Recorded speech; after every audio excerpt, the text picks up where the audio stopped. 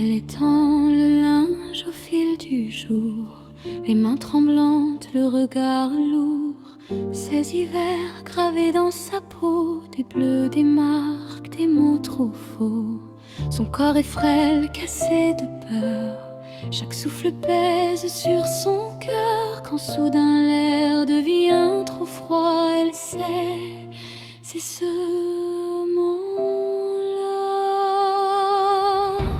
Elle attrape une vieille couverture, un dernier regard vers les murs. Sans bruit, sans cri, sans retour, elle choisit enfin le détour. Alors elle fuit dans la forêt, sous les étoiles loin du passé. Ses pas saignent mais son âme tient. Même brisée, elle avance demain. La nuit l'avale mais elle respire. Pour la première fois elle désire vivre, survivre, tenir encore, même seule, même fragile, même dehors.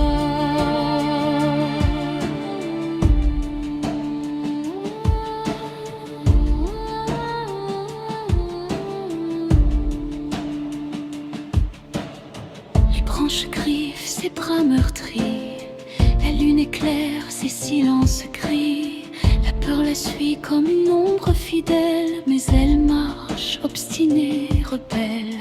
Quand la fatigue la fait tomber, une grotte devient son palais. Sur la pierre froide, elle s'endort, la couverture pour unique trésor.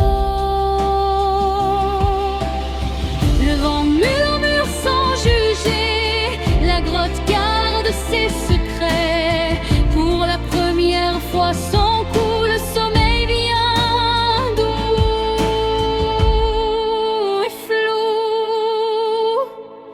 À l'aube pâle, les yeux méfiants, elle entend des pas, un cœur battant, une humaine s'avance. Sans armes, sans cri, son nom résonne.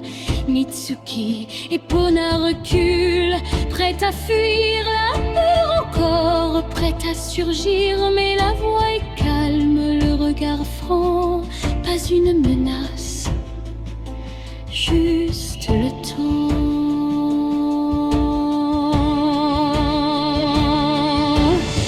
Méfiance gravée dans la chair, mais l'espoir ose franchir l'air. Un pas puis deux sans promesse, selon une main sans faiblesse. Elle marche vers un trou, là où la lune veille sur les cieux. Un sanctuaire hors de la nuit, où même les cœurs blessés se revirent. Guidée par l'inconnu s'enchaîne, elle franchit enfin la peine. Vers la paix, vers une lumière, vers le sanctuaire d'Inari. Elle n'est plus seulement une fuite, elle devient une survie. Et sous la lune, une promesse naît.